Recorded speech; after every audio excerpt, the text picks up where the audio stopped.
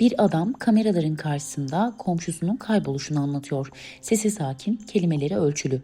Kelimelerinde tedirginlikten çok kontrollü bir rahatlık var. İzleyenler sadece endişeli bir komşu olduğunu düşünüyor ama izleyenlerin bilmediği şey sözlerinin ardında saklı olan planlı ve soğukkanlı bir zeka. Yeah, Lauren was my neighbor. We're just trying to find out where she is at this point. I mean, no one has seen her since Saturday. I mean, the last time anyone heard from her was an email that she sent out, and no one's heard from her since. Did you see her hang out with anyone at the time or anything like that? I mean, no one has seen her since Saturday. I haven't seen anything. I mean, you always hear noise outside, but it's just people walking by pretty much. And she just recently graduated from Mercer? Yeah, she and we were both JD students. We graduated back in May. What kind of person was she? I mean, what did you see her? I mean, she's as nice as can be. I mean, very personable, very much a people person. Do you know any enemies she might have had, somebody that might want to hurt her? No, we don't know where she is. I mean, the only thing we can think is that maybe she went out running and someone snatched her. Because we went over. One of her friends had a key. We went inside and tried to see if there was anything amiss, but she had a door jamb that was sitting right by it, so there was no sign that anyone broke in. The door was locked when everyone got here. We just don't know where she is. What about in the parking lot area? I know they've been doing a lot of. I think that's where they have recovered the body or whatever they recovered from there. Body. Had you seen anything there? Had you seen anything there? I mean, we don't know if this is the same person. You know what I mean? Like, they took out a body there earlier. We don't know if it's the same person or not. So that's how we're trying to ask people if they know who lived there. Are you okay, sir? I think I need to sit down. Okay.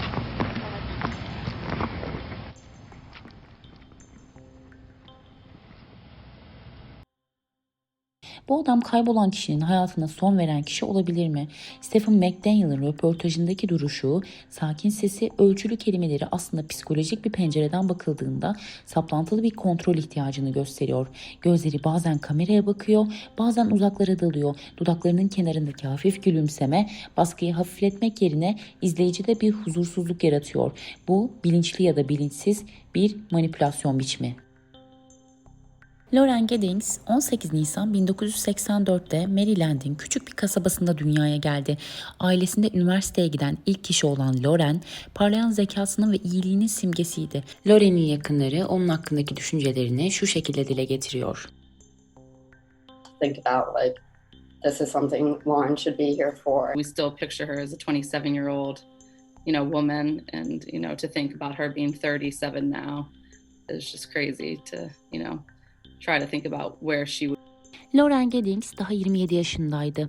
Sosyal, neşeli ve arkadaş canlısıydı. Üniversite hayatı boyunca arkadaşları onun yardımsever ve enerjik olduğunu söylüyordu. Stephen ile ilk kez bir grup çalışmasında karşılaştı. Stephen'ın sessiz ve dikkat çekici tavrı Lauren'in ilgisini çekti. Ancak onun yaklaşımı zaman zaman rahatsız ediciydi. Arkadaşları sessiz ama garip, dikkat çekici diyerek uyardı onu. Stephen Lauren'i etkilemeye çalıştı ama Lauren romantik bir ilişki düşünmüyordu ve bunu net bir şekilde iletti. Stephen'ın yaklaşımı bir merak ve bir takıntı karışımıydı. Lauren'in her hareketini gözlemliyor, hangi arkadaşlarla görüştüğünü, hangi derslere girdiğini not ediyordu. Arkadaşları bunun saplantıya dönüşebileceğini fark etmişti ama kimse olayın ciddiyetini öngöremedi.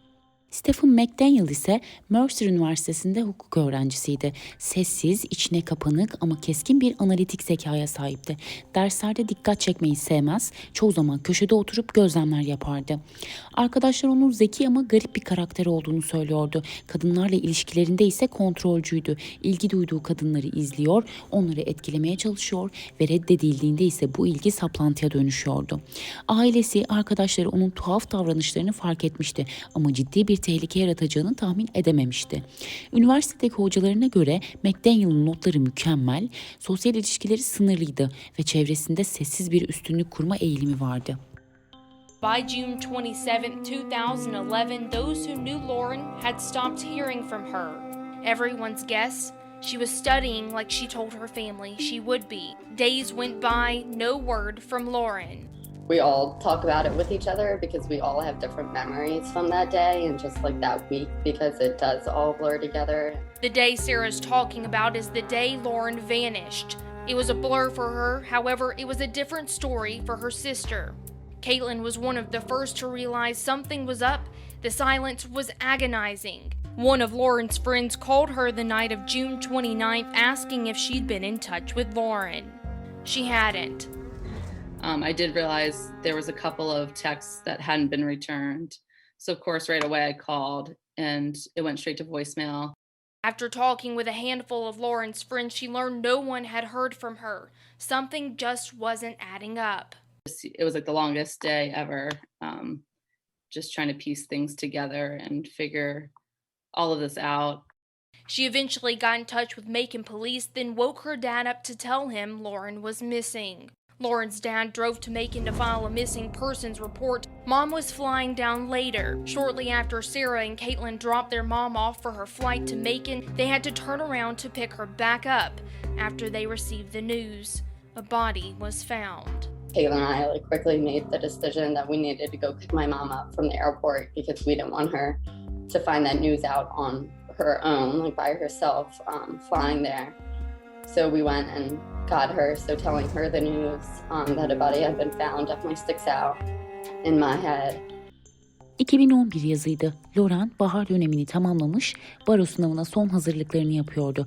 Aileyle paylaştığına göre yaz tatilinden dönüş sonrası tüm enerjisini sınavlara adayacaktı. Ancak 26 Haziran gecesi onu uyuyan bir huzur değil, bir trajedi bekliyordu. Lauren planlanan çalışma toplantılarına gelmedi. Telefonlarına cevap vermedi. Arkadaşları endişeyle evine uğradı.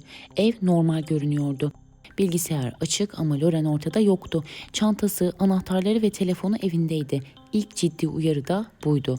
Aile telefonlarına cevap vermeyince panikledi. Arkadaşları Lauren asla böyle kaybolmazdı diyerek küçük bir grup toplantısı düzenledi. Komşular apartmanın sessizliğini fark etti. Kapıların ardında bir huzursuzluk vardı ama kimse ne olduğunu anlayamadı.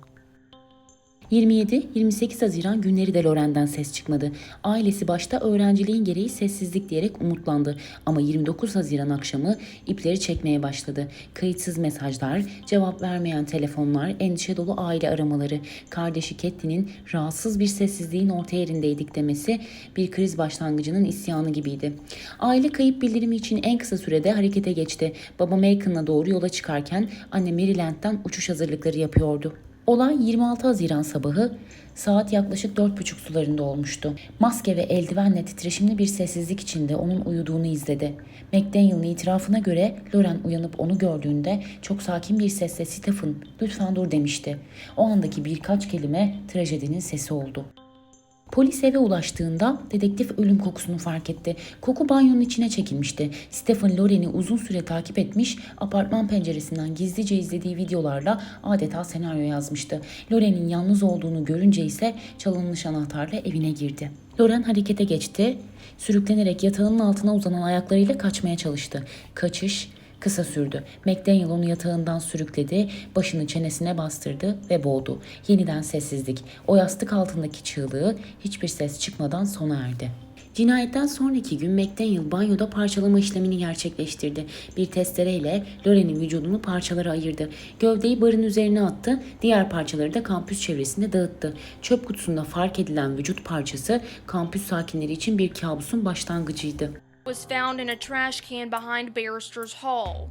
Investigators were able to match her DNA to a sample from her hairbrush and samples from her parents. Authorities on the case told WGXA in 2014 this was a high-profile case right when they stepped on scene. There was no witness. It was just a matter of interviewing anybody who lived at that complex or anybody who was associated with Lauren. On June 30th, 2011, Stephen McDaniel'i spoke with WGXA, acting as Lauren's friend. 30 Haziran'da McDaniel bir televizyon kanalının röportajına çıktı. Kayıp olan bir arkadaşıymış gibi görünmeye çalıştı. Muhabir bir tane parça bulundu dediğinde McDaniel'in yüzü dondu adeta.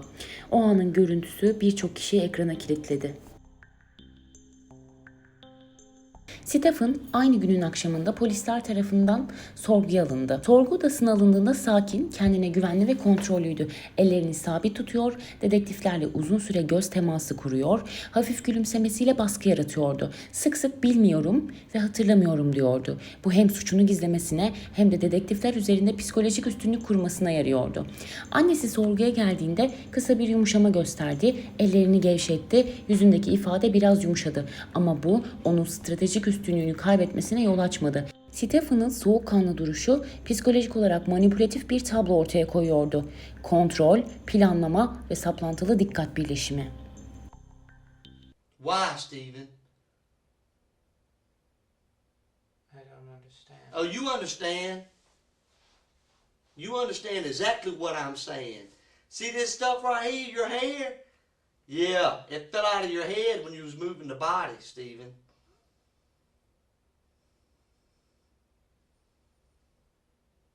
That's right. You remember moving the body? No. Yes, you do, Stephen. Why, man? What happened? Why? Tell me, bud. I didn't do it. Yes, you did, Stephen. Your head's with the body. Quit lying. We want you to tell it so that way people will understand you're not a monster. Things just, you got out of control. It's a sickness. Why'd you do it, Stephen? I didn't do it. Stephen, why are you going to keep telling that? You hurt that girl. No, I didn't. Yes, you did, Stephen. You hurt her, man. She was screaming. Screaming, Stephen. Why? And I know you feel bad about it. I can see it in your face. What came over you, man? What happened, Stephen? I don't know. I know you don't know. You couldn't control it, could you? I didn't do it. Stephen! How long are we going to continue to do this? You did.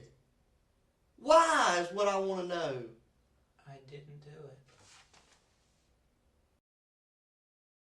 Sorgu odasında Stephen'ın karnında ve kollarında çizikler fark edildi. Parmak gibi keskin, acı bir izdi bu. McDaniel sanırım uykuda kendimi çizdim demekle yetindi. Soğukkanlı bir açıklamaydı bu. O odada geçen sessiz saatlerde gözünü kırpmadı ve ifadesinde donuk bir direnç vardı. Polis Stephen'ın dairesinde Loren'in iç çamaşırını, Loren'in parçalandığı testere ambalajını ve tüm dairelerin master anahtarlarını buldu. Blog yazıları ve internet geçmişi kadınlara yönelik şiddeti ortaya koyuyordu. Stephen'ın internet geçmişinde ceset imha yöntemleri, bir vücut nasıl parçalanır, kadınlara işkence gibi aramalar ortaya çıktı. Bu cinayetin ani bir tepki değil, planlı bir eylem olduğunu kanıtlıyordu. Araştırma genişledikçe dedektifler McDaniel'ın bilgisayarında korkunç izler buldular. Loren'i dairesinin penceresinden gizlice görüntülediği video kayıtları vardı. In 2014, McDaniel pleaded guilty to Lauren's murder. In a written confession, McDaniel admitted to using a master key to get into Lauren's apartment and attacking her in her sleep. He says he strangled her, then dismembered her in the bathtub with a hacksaw. He took some of her body to a dumpster behind the law school, leaving her torso at Barrister's Hall. Caitlin says it was shocking and saddening that Stephen was the one who killed her sister. It seemed like she might have been one of the people that was actually nice to him and gave him like some attention, even though he seemed to be more of a loner. So it's, sad to think like, there's no story here about like, tell your kids to, lock their car when they get in, or, don't go in this area of town, or do, like, there's no, she should have done this and it wouldn't have happened, because, you should always be nice to people. You should always, be nice to your neighbors, and just because someone looks different doesn't mean they are. But in this case, he just was. Investigators in 2014 had doubts about the validity behind some statements in McDaniel's confession. He did have a lot of time to prepare that letter, I'm sure there's some things that he's never going to tell. Lauren's sisters still feel the same in 2021. I truly don't believe that we know what happened to her. Obviously we know that she died, but we don't truly believe anything that Stephen McDaniel has said. I just don't think he's an honest person, and I think he could make up a million stories. He has a very Aylar süren soruşturmanın ardından Ağustos 2011'de McDaniel cinayetle resmen suçlandı ve tutuklandı. 2014 baharında savcıyla anlaşma yoluna gitti ve ölüm cezasından kurtulmak için suçunu kabul etti. Mahkemeye detaylı bir itiraf sundu. İtiraf sonucunda müebbet hapis cezasına çarptırıldı. Ancak şartlı tahliye için 30 yıl sonrası öngörüldü. Yani 2041'den itibaren teorik bir mahkumiyetin sonu olabilirdi. Bu karar Lauren'in hala adının yaşatıldığı bir zaman kapsülünün içine yerleştirildi. Last couple of weeks of your case, I was strongly in your corner, believing you were innocent. But this computer evidence that came in from the GBI, the fact that you peeping in this Giddings apartment. We also got a throughout the entire day, McDaniel remained very stoic, much like his parents who were sitting in the front row. They showed very little emotion, except for the very end of the day. His mother waited around as McDaniel was getting ready to leave the courtroom and waited to blow him a kiss. And McDaniel was not able to call on one of his last. Toplumda bu trajedi geniş yankı uyandırdı. Üniversite öğrencileri, kadın hakları savunucuları ve yerel halk genç kadınların güvenliğinin önemine dikkat çekti. Bazıları sessiz ama saplantılı kişiler göz ardı ediliyor yorumları yaparken bazıları da bu olayın tamamen öngörülemeyen bir trajedi olduğunu düşündü. Medya olayın detaylarını günlerce tartıştı ve kadın güvenliği, sosyal farkındalık konularında çeşitli kampanyalar başlatıldı. Once the nightmares and fear of what happened to Lauren faded, the family began to heal, never forgetting Lauren. They often talk about her bubbly personality, how she was a go-getter, and what she liked and didn't like. Now Caitlin and I both have kids, and so we want to pass all those memories down to them so that that's what they know of their Aunt Lauren. They are specifically thankful for the memories they made right before her death, at her graduation, and Caitlin's wedding. I know everybody in this room is happy about the ceremony today. The wedding day, having her there with us was so special and so important. And to be just 1 week before she died, I mean, it's just been such a blessing for all of us. The whole family was able to see her one last time and to be all together. I think that's, rare to have such a great memory right before a tragic time like that. The good memories are what they think of most, rather than how Lauren was taken from them. But they're still haunted by the what if. Still picture her as a 27-year-old, woman, and, to think about her being 37 now is just crazy to, try to think about where she would be or what she'd be doing. And between me and Sarah, we have 7 kids. So it's how many more grandkids would there be and that kind of thing. So 10 years seems like a lifetime. During those 10 years, they found ways to honor their sister. Caitlin named her daughter Lauren in her sister's memory. They continued to celebrate her birthdays, have annual runs in softball tournaments, as well as carrying on with Pink Wednesdays. It was actually something that Lauren started at her job. She would have wear pink and eat cake Wednesdays.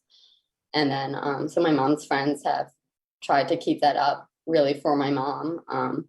So they continue to do that for her. It's not like, she doesn't exist in our lives. She does. It's just very different. Lauren is also remembered here in Macon. She has a plaque at Mercer Law School and this pink bench here in Washington Park where she liked to come and jog in the center of the city. Reminders of not how she passed, but of who she was. She just had this passion for life that a lot of people don't have. I think she lived more in those 27 years than most people do. As for her killer, he's serving a life sentence with the possibility of parole at the Hancock State Prison. The rest of Lauren's remains have never been found. Reporting Lauren'in trajik kaybı planlı ve soğukkanlı bir cinayetin sonucuydu. Stephen McDaniel'i ilk kurbanını öldürdü. Planlı ve dikkatli yapısı onu potansiyel bir seri katil olarak tanımlamamıza neden oldu. Soru şu, toplumun sessizleri görmezden gelmesi mi yoksa yalnızca tesadüf mü bu trajedinin yaşanmasına sebep oldu? Stephen'ın hikayesi dikkatli ve uyanık olmamız gerektiğini gösteren acı bir ders niteliğinde.